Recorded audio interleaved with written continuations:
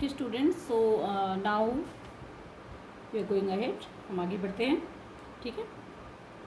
Now हमने देखा था कि नेपोलियन कैसे रूल में आया, देन आफ्टर किस तरीके से उसने अपना नेपोलियनिक कोड लॉन्च किया था, है ना. और नेपोलियन कोड के हमने जो फीचर्स थे वो भी देखे थे. अब इसके बाद हम देखते हैं कि making of nationalism in Europe. ठीक है. तो नेपोलियन का क्या हुआ ये हम आगे देखेंगे. तो सबसे पहले आता है स्ट्रक्चर ऑफ यूरोपियन सोसाइटी. तो सबसे पहले हम ये देखें कि आखिर यूरोपियन सोसाइटी का स्ट्रक्चर क्या था, यूरोपियन सोसाइटी किस तरीके की थी. ठीक है.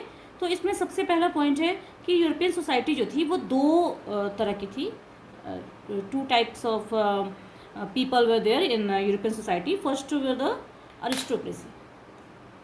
फर्स्ट जो थे वो थे अरिस्टोक्रेसी. ओके.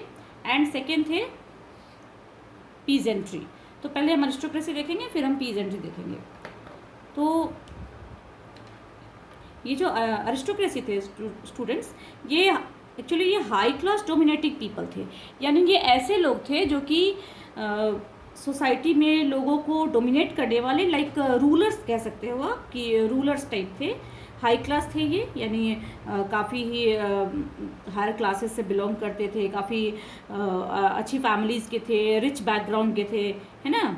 सेकेंड चीज़ थी कि they were less in population. उनकी पॉपुलेशन काफ़ी कम थी. ठीक है. And they were the landlords, यानी ज़मीनों के मालिक हुआ करते थे. ठीक है. And they had all the rights including voting rights and other. इनके पास हर तरह के राइट्स थे, वोटिंग राइट्स भी थे, अदर राइट भी थे. अब आप कहोगे वोटिंग उस टाइम होती थी क्या, तो वोटिंग बड़े स्केल पे नहीं होती थी, बट छोटे मोटे, लाइक किसी कमेटी में वोटिंग हो रही है, किसी सोसाइटी में वोटिंग हो रही है, तो इस तरह की कुछ चीज़ें हुआ करती थी. तो वोटिंग राइट्स भी इनके पास थे और दूसरे राइट्स भी इनके पास थे. ठीक है. तो ये अरिस्टोक्रेसी थे. एक बार मैं रिपीट कर दूँ.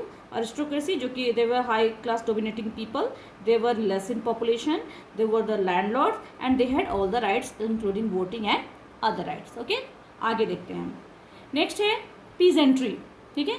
तो दूसरा जो सेक्शन था सोसाइटी का वो था पीजेंट्री. ये पीजेंट्री कौन थे, एज नाम से ही क्लियर है कि ये पीजेंट से रिलेटेड आपको लग रहे होंगे नाम से ही.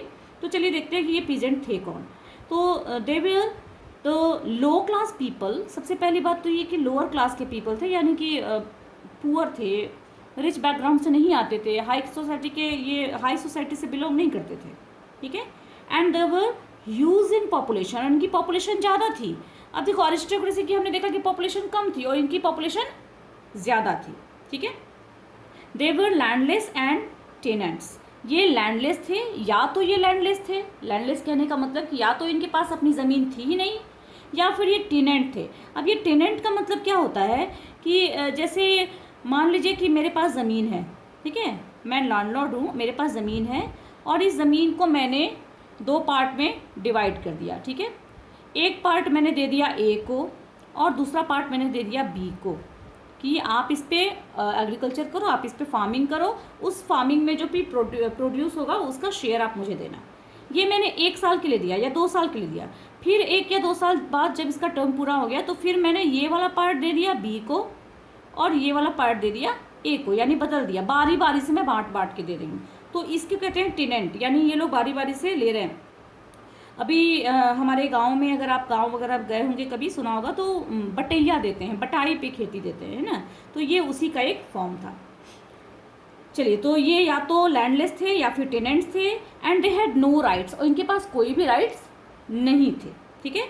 तो ये थी सोसाइटी, जो यूरोपियन सोसाइटी, उसका ये स्ट्रक्चर था. अब देखिए आगे क्या होता है कि जब इंडस्ट्रियल रेवोल्यूशन हो गया ना, जब इंडस्ट्रीज वगैरह सेटअप होने लगी, तो एक नई सोसाइटी में एक नया सेक्शन आने लगा. It was the new middle class. ये एक न्यू मिडिल क्लास था. अब ये मिडिल क्लास कौन था, इनमें कौन से लोग थे, तो इनमें एजुकेटेड पॉपुलेशन थी. जो पढ़े लिखे लोग थे वो उसमें ज़्यादा थे, जैसे कि डॉक्टर, टीचर्स, इंजीनियर, इंडस्ट्रियलिस्ट, यानी जो पढ़े लिखे लोग थे और सर्विस वगैरह कर रहे थे वो लोग ज़्यादा थे इसमें. And they demanded the liberal nationalism, और इन लोगों ने लिबरल नेशनलिज्म की डिमांड की. ठीक है. एक बार फिर बता दूं, न्यू मिडिल क्लास आया 18th सेंचुरी में और उसके बाद यूरोप की सोसाइटी में. इसमें थे लोग एजुकेटेड पॉपुलेशन, इसके अलावा डॉक्टर्स, टीचर्स, इंडस्ट्रियलिस्ट, और आप जो भी आप सोच सकते हो, इंजीनियर सोच सकते हो, आप प्रोफेसर सोच सकते हो, जहाँ तक आप सोच सको एजुकेटेड पीपल में, वो सब के सब इसमें आते थे, ठीक है। And they demanded liberal nationalism, इन लोगों ने लिबरल नेशनलिज्म की डिमांड की।